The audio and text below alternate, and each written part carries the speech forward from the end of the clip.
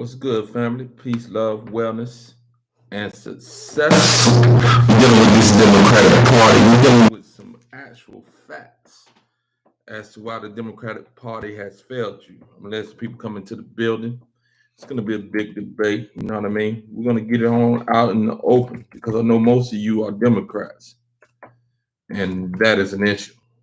Why is it an issue?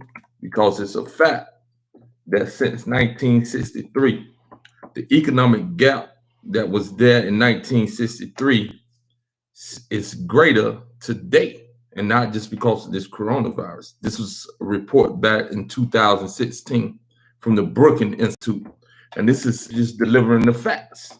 And the fact is that the Democratic Party has not benefited those of us that look like me and you when it comes to economics. And that's the most important thing in a capitalistic society.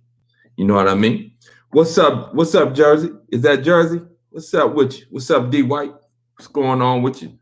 Yeah, we're gonna get to the nuts and bolts of this right here, guys, because I know many of you guys are Democrats, and I'm not anything. I'm just a human being birthed into a capitalistic society called America. You know what I mean? I just go with what the facts say and with my own intelligence to be able to look. What's up, Renee?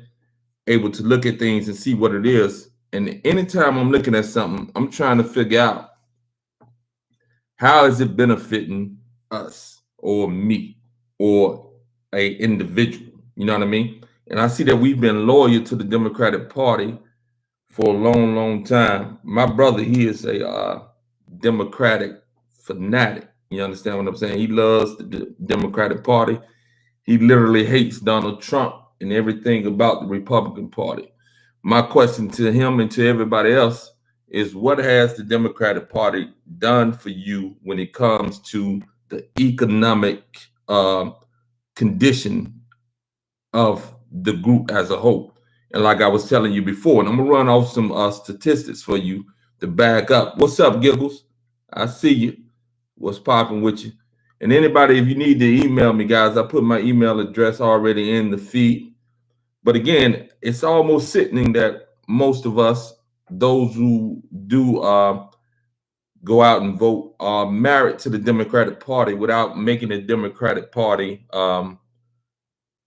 responsible, holding them responsible for really doing something. You understand what I'm saying? Like I said, back in 1963, the wealth gap between white Americans and African Americans or Black Americans it was less then than it is now.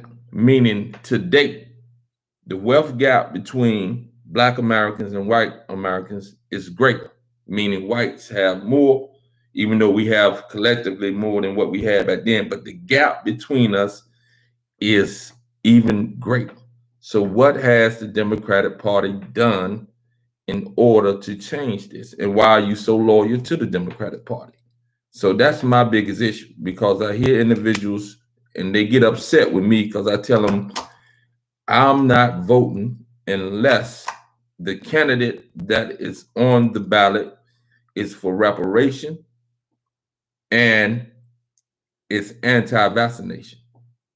If they're not those two things, I don't vote. You understand what I'm saying? Because any of the other things, it doesn't really matter. Because again, it has been consistent since we've been here and since we so-called got the right to vote, that we are still not making any gains economically. And that's where the power resides, in a capitalistic society. Also, we put most of our energy into being hyper religious and hyper about voting, when neither of those things have changed the condition of the people. So I have an issue with that. And again, I don't have an issue with you being religious, but I have an issue with you putting that as your top priority. God is not religion. Religion is man-made. It can be good or it can be bad. What has it done for the collective? That's my approach to anything. And what has it done for the collective when it comes to you being married to the Democratic Party? What has really changed? And again, I'm gonna let some more people come into the building before I break down the notes and things that I took. to show you the disparity between the wealth inequality and how it hasn't changed, no matter who was in office, Democrat or Republican. You understand what I'm saying? So I think our focus is definitely misguided when we are focused in on just the party versus what has the party produced for you and collectively for the people that looks like you. You understand what I'm saying? No doubt about it. So Jersey L says, I thought I read somewhere that the Democratic Party was the slave party. Yeah, back in the day it was. Yep, that was the party of the slave owners back in the day, before I think the New Deal, not the New Deal. I forget exactly when the people started to switch over from the Democratic. I mean, from being Republicans to the Democratic Party, as far as blacks are concerned. But yes, it was the party of those who basically upheld slavery. But it doesn't matter which party is in the House, in my opinion. You know, I don't advocate either one of them because they both play for the same team. You know what I mean? What's going on, Marvelous? I see you. Yeah, Houston in the house, no doubt about it. But again, I'm just confused as to why so many African Americans, black people, are so married to the Democratic Party when they haven't received any real results. There have been no real results when it comes to 90 to 95% of black people being Democratic, being a part of the Democratic Party in America, economically wise, because that's where the power resides, and that's where, in a capitalistic society, that's when you're going to see change. We've had religion, we have churches on pretty much every corner. You understand what I'm saying? We go out and vote in droves, but the condition economically of African Americans have not really changed over the last 50 years. So my question is it not kind of ridiculous to continue to be a part of something that hasn't pushed and brought about a real change? We get all excited because Obama got into the White House, and he's a beautiful brother, his wife and his children. But at the end of the day, the conditioning of the African American didn't change. It didn't move forward. So why are we so stuck on believing that the system, and particularly the Democratic Party, is going to be the party that's going to bring us what it is that we need? That's an issue. And I also have an issue with us being we're so consumed by religion, so consumed by putting a lot of time and energy in propping up the church and hollering Jesus saves and all this, but yet the condition of the people who are the most religious has not changed. So the focus is not in the right place in a capitalistic society. You live in a capitalistic society, you have to have capital in order to survive, in order to not be homeless, in order to not be in a bad condition. And I'm saying all these things that we've invested all our time in, the Democratic Party, religion, etc., has not produced the results that are needed to get people out of poverty. And again, the actual numbers have not changed. 50 years, and the gap is wider now than it was when it first was tracked in 1963. So what we doing? You know what I mean? What are we really doing?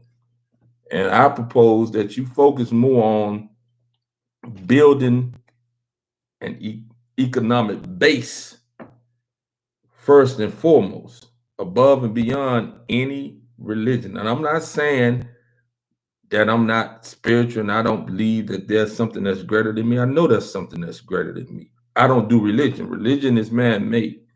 Everything else that is human and everything else that is in existence is made by a supreme intelligence that puts and designs and brings everything forth into the life. You call it God, I call it the supreme intelligence. But religion is not the answer. You understand what I'm saying? That is man-made. That has nothing to do with the essence of the God. So a lot of individuals get upset when they hear individuals say, well, I don't do the religion. Religion is man-made. Those books are written by men. Every word in any book on this planet is written by man who said that they either were inspired by God or they're relating a story in the New Testament telling you about Jesus. Jesus didn't write nothing in that Bible, and God has written nothing in the words of any of these books. These are words of men. Now, you can believe those men were inspired by God, or you can question whether they are bringing authenticity. But the God is within each and every individual on this planet, each and every creation on this planet. So again, before you go and say, well, Mateo, you don't believe in God. No, I don't believe in religion. There's a difference. Let's not get that twisted. And what we're dealing with today is we're dealing with the Democratic Party, and we're dealing with our focus on religion and our focus on voting that has brought us nothing. So I'm gonna run down these numbers real quick, guys, because I ain't gonna stay here long. I got a few things I gotta do today. You know what I mean? I still get out and about and try to make things happen. So the Brookings Institute. Now, this is an institute that is well respected. I said something about it a little bit earlier, but according to them, it says that the median income of a white family is the wealth of a white family is 171,000 versus the wealth. Now, we ain't just talking about income. We're talking about wealth. We're talking about properties. We're talking about things outside of just income.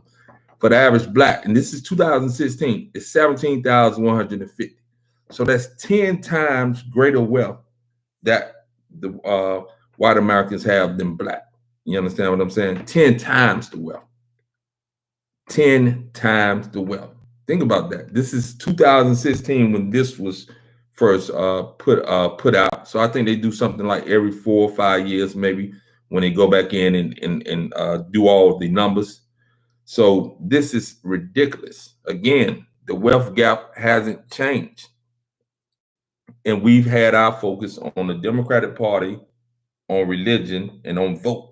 I'm saying the focus should be on building enterprise, maximizing your potential, being able to collaborate with others and build real industries that produce things, not just the mom and pop shops. Those things are cool. We need those. Those are our initial foray into business. But again, real business is being able to own the production of things. The African American owns nothing of essential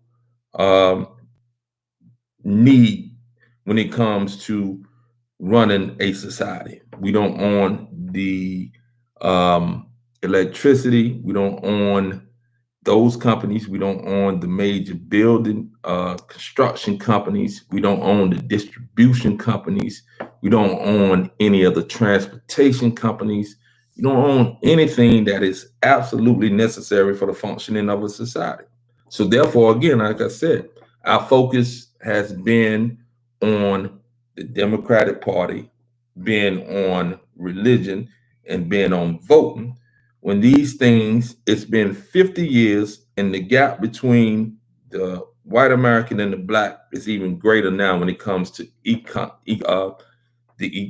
economic gap is greater. So this is ridiculous. You know what I mean? Absolutely ridiculous that we still sit here and we continue to allow this to be our focus and not realizing that these things have not produced what we need for it to produce, given the time and effort that we put into these things. You understand what I'm saying? So that's my issue. That's my biggest issue right there. You know what I mean? So again, the economic gap between white Americans and black Americans is 10 times greater for whites than it is blacks. Now that is absolutely crazy. but that's a reality. And again, that's even greater than it was in the 1960s. So over 60 years, you haven't and I haven't made any grounds when it comes to real wealth in this country. And we're focused on certain things that have not benefited us. And that's just the truth. I'll be doing a video, guys, breaking down some of the reasons why the economic gaps still exist. We know that racism played a big part. We know that the government gave out grants and other things that helped to establish more white Americans than they did in allowing Black Americans to end up in those programs, etc. But beyond that, what else is keeping us at this disparity when it comes to the wealth inequality? You understand what I'm saying? So again, guys, I thank you guys for jumping in. I ain't gonna stay long. I'm gonna go ahead and get on up out of here. I got some things to do. Hope you guys have a beautiful day. Make things happen. Sending you peace and love, family. Peace.